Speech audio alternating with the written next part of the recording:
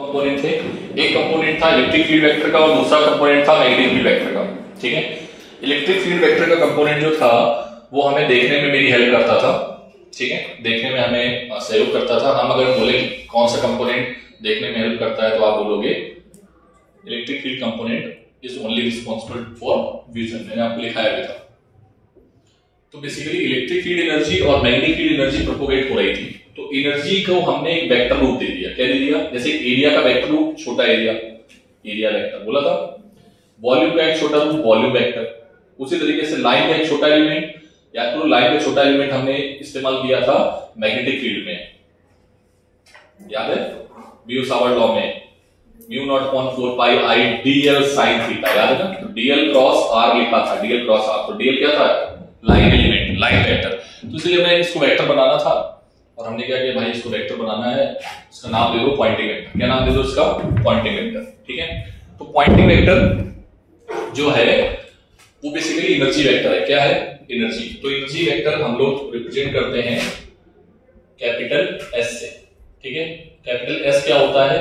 E cross B upon mu naught. क्या होता है? क्या होता है? या समटाइम्स इसको ऐसे भी लिखते हैं S vector is equals to E cross, कितनों को H याद है? What is H? कितनों को H याद है? H का नाम क्या था? Magnetising intensity. क्या था ये? मटेरियल मैग्नेटिज्म पढ़ाया था मैंने, HB। कितनों को याद है? लिख लो तेजी में। The rate of flow of energy, the rate of flow of energy in an electromagnetic wave, the rate of flow of energy in an electromagnetic wave, the rate of flow of energy in electromagnetic wave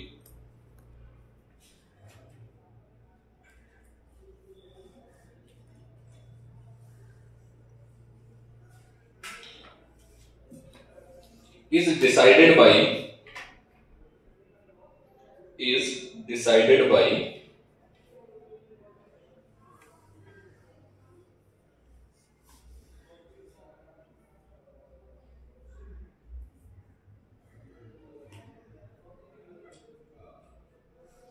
decided by vector S. This vector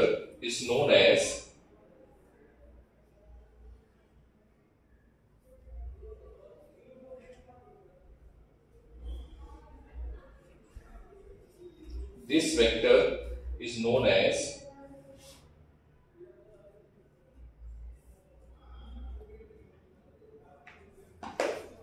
pointing vector. This vector is known as pointing vector. ठीक है, note down fast.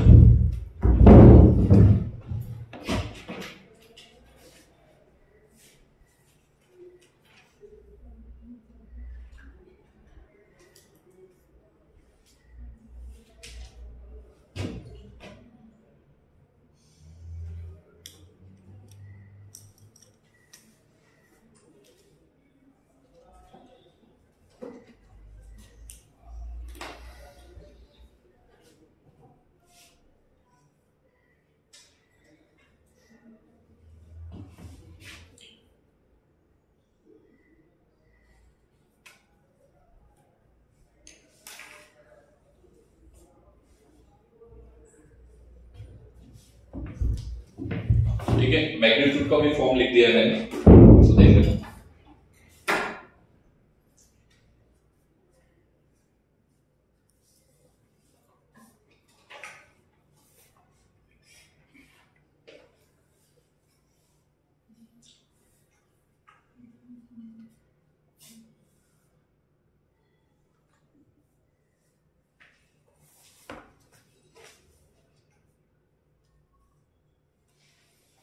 हो गया बेटा?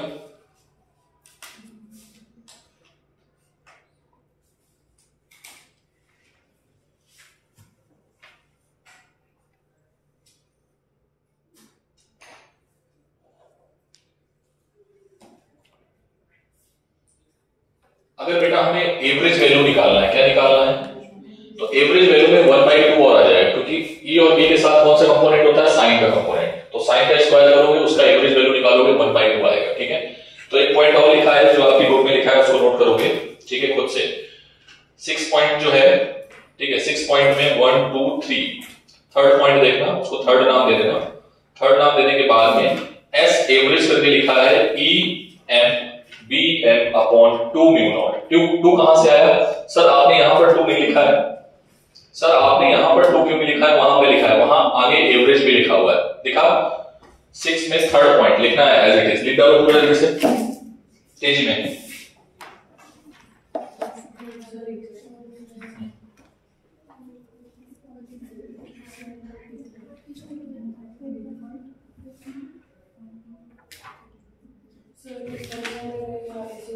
Poynting इस very गलत है बेटा, ये मतलब मेरी वाली गलत है,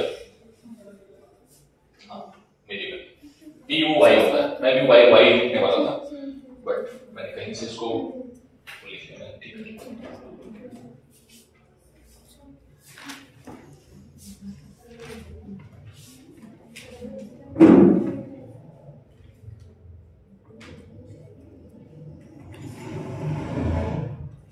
हो गया बेटा,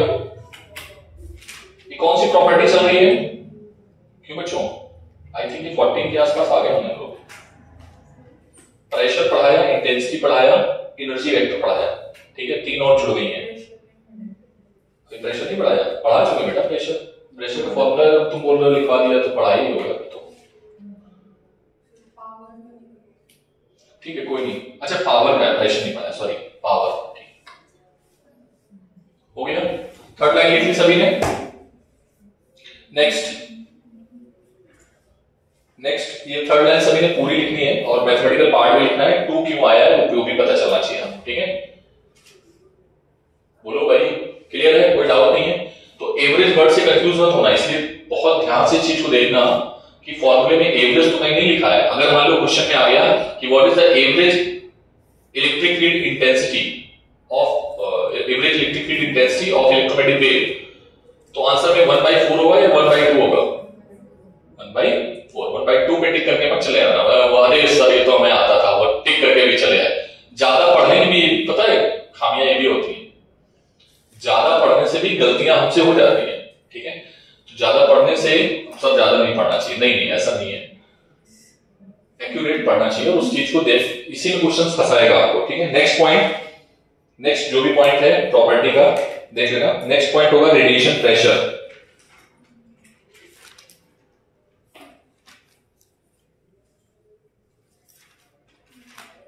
रेडिएशन प्रेशर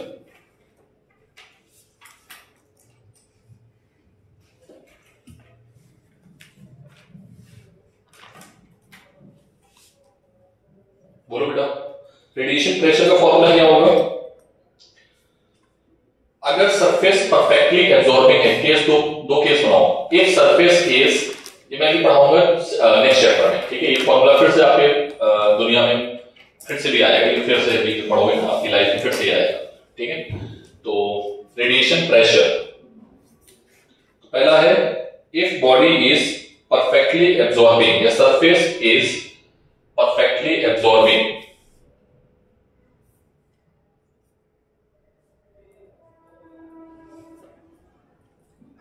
ठीक है, क्लियर है। तो फॉर्मूला क्या होगा, S upon C। Sir S क्या है, एनर्जी, क्या है, कौन सी एनर्जी, पॉइंटिंग एनर्जी, ठीक है, S अपॉन C।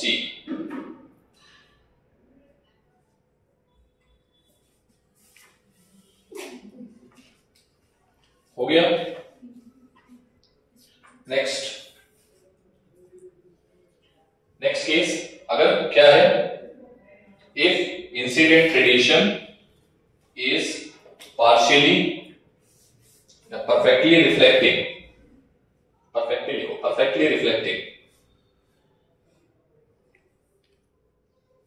तो क्या आ जाएगा, 2S इंटू C,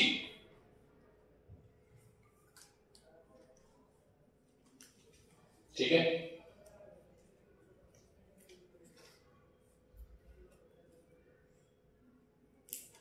क्या ये बात क्लियर है? पहले इसमें भी बहुत सारे केसेस हैं, इसलिए मैं फॉर्मूले को नहीं पढ़ा रहा हूं। देखो इधर इस फॉर्मूले को इसलिए नहीं पढ़ा रहा था, उसका एक रीजन है, एक फॉर्मूला नहीं आगे पढ़ेंगे। इधर देखो, एक ये रेडिएशन आ रहा है और एक ये रेडिएशन आ रहा है, दोनों में अंतर बता सकती हूँ श्रेया बेटा? ये सरफेस है, फिर से एक रे ये आ रही है और एक रे ये आ रही है, दोनों में अंतर क्या है? यस, ठीक है, समझ में आया? तो ये दोनों जो फॉर्मूले हैं वो परपेंडिकुलर के केस के लिए लिख लो, for normal incident radiation, for किसके लिए है फॉर्मूले दोनों? ये लिखा है वर्ड इसमें, देखो कहीं लिखा कि नहीं लिखा है? नहीं लिखा है, ठीक है, तो याद रखना किसके लिए है फॉर्मूला ये? फॉर नॉर्मल इंसिडेंट, ठीक है। इसलिए मैं इस फॉर्मूले पे जोर नहीं दे रहा था, ये फॉर्मूला हम पढ़ेंगे भी फोटोन में।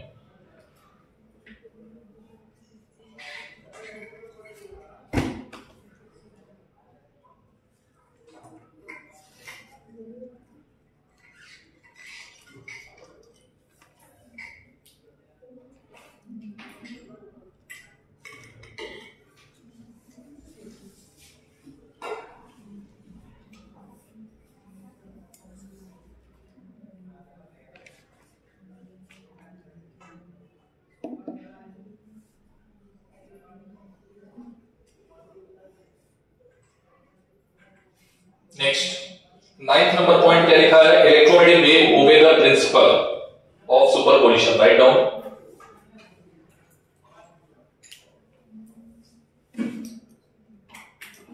इस पॉइंट पे क्वेश्चन पूछा गया है, जेई ने पूछा है, क्वेश्चन नंबर जेई का क्वेश्चन नंबर है, कौन सा है? यस, क्वेश्चन नंबर 8, ठीक है, क्वेश्चन नंबर 8 पूछा है जेई ने, ठीक है। शायद मैंने दिया भी नहीं था करने को, दिया था क्या? नहीं दिया था। तो जेई का क्वेश्चन अभी 8 ट्राई करना, सुपरपोजिशन लगाओगे, क्या करोगे? सुपरपोजिशन लगाओगे और सुपरपोजिशन के थ्रू दो वेव हैं, ये दोनों सुपर इंपोज करेगी और नई वेव बनाएगी, और नई वेव में जो इंस्टेंटेनियस क्या बोल रहे हैं? फोर्स निकालने को बोल रहे हैं, ठीक है। तो फोर्स का फॉर्मूला क्या होगा? इलेक्ट्रिक फील्ड इनटू चार्ज, क्या होगा? F is equals to Q into E, कितने लोगों को याद है? अभी सबको याद है, ठीक है। तो F is equals to Q into E लगा के आप क्या निकाल सकते हो? फोर्स। किसी को कोई दिक्कत नहीं है ना? पक्का, ठीक है। तो अब आगे बढ़ते हैं नेक्स्ट।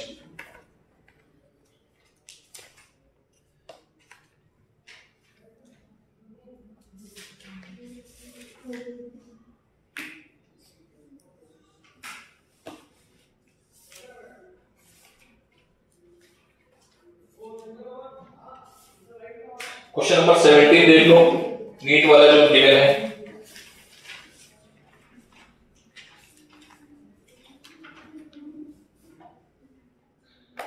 नंबर क्वेश्चन है नॉर्मल इंसिडेंस। कौन सा इंसिडेंस है? देखो उसमें लिखा हुआ है नॉर्मल इंसिडेंस। तो नॉर्मल इंसिडेंस में इधर देखो, एक रे ये आ रही है, ध्यान से देखना, एक रे ये आ रही, एक रे ये आ रही, दोनों में अंतर है। तो कौन सी रे मानोगे? ये रेडिएशन आ रहा है, ठीक। इस रेडिएशन के पास क्या है? प्रेशर है। क्या है? अरे हाँ ना बोलो, इस रेडिएशन के पास क्या है? प्रेशर। क्या है? प्रेशर। और हमारे पास क्या गिवन है? एरिया। अरे हाँ ना बोलो, फिर से, इस रेडिएशन के पास क्या है? प्रेशर, और हमें क्या गिवन है? एरिया। प्रेशर का फॉर्मूला फोर्स अपॉन एरिया। तो force is equals to pressure into area. तो फ्लक्स से तुम प्रेशर कैलकुलेट करोगे। क्या कैलकुलेट करोगे? फ्लक्स से प्रेशर। सर ये क्या बवाल है सर? फ्लक्स से प्रेशर कैसे कैलकुलेट? फ्लक्स से एनर्जी कैलकुलेट कर लो। इस तरह को गिवन है ना, क्या गिवन है? वॉट पर मीटर स्क्वायर। मतलब ये क्या गिवन है? इंटेंसिटी गिवन है। अरे हाँ ना बोलो भाई, इंटेंसिटी से आप एनर्जी निकाल पाओगे? निकाल के पुट कर देंगे आप, ठीक है। एनर्जी निकाल लोगे तो आप मोमेंटम वो भी निकाल लोगे, पी भी निकाल लोगे। फॉर्मूला क्या होता है? 2s upon c। अरे p इज इक्वल्स टू, पढ़ाया है, नॉर्मल इंसिडेंस रिफ्लेक्टिंग सरफेस है। क्या रिफ्लेक्टिंग है? कैसा है? Perfectly reflecting. तो कौन सा फॉर्मूला लगाओगे? s अपॉन c है 2s अपॉन c। देख लेना, कर लोगे एक बार ट्राई करना, अगर ना आए तब पूछना आपसे, ऐसे मत पूछना, ठीक है? समझ में आ गई बात? क्लियर है बात? बोलो। तो फॉर्मूला क्या आएगा? Force is equals to pressure upon area. नहीं सर, प्रेशर इनटू एरिया होता है, आपको कुछ भी नहीं आता। प्रेशर का फॉर्मूला क्या बताया था मैंने भी? दो फॉर्मूले, जब सरफेस कैसी हो, reflective, 2s upon c into a, f is equals to, ठीक है? चलो एक बार ट्राई करना, ठीक है? ना है फिर बताना, ठीक है? तो इस तरीके से पूरा चैप्टर वाइंड अप हुआ, सारे न्यूमेरिकल्स आप डिस्कस करना, ठीक है? अब जो चैप्टर स्टार्ट होने वाला है बेटा, बोलो। मैं एक दो न्यूमेरिकल और कराऊं कि तुम लोग करोगे जाके इसके? इस चैप्टर के मैं रोकूं यहीं पे, आगे बढ़ूं मैं, आप करोगे? अरे हाँ ना बोलो भाई, अगर तुम्हें लग रहा है जरूरत है तो मैं भी एक दो क्वेश्चन और करा सकता हूं, बट मुझे लगता नहीं है कि अगर 100 में से 80 क्वेश्चन बना चुके हो तो फिर जरूरत नहीं पड़ेगी। क्लियर है? श्रेया बेटा आगे बढ़े, आप लोग आगे बढ़े, ठीक है? तो फिर हम आगे बढ़ते हैं। नेक्स्ट हमारा चैप्टर स्टार्ट हो रहा है मॉडल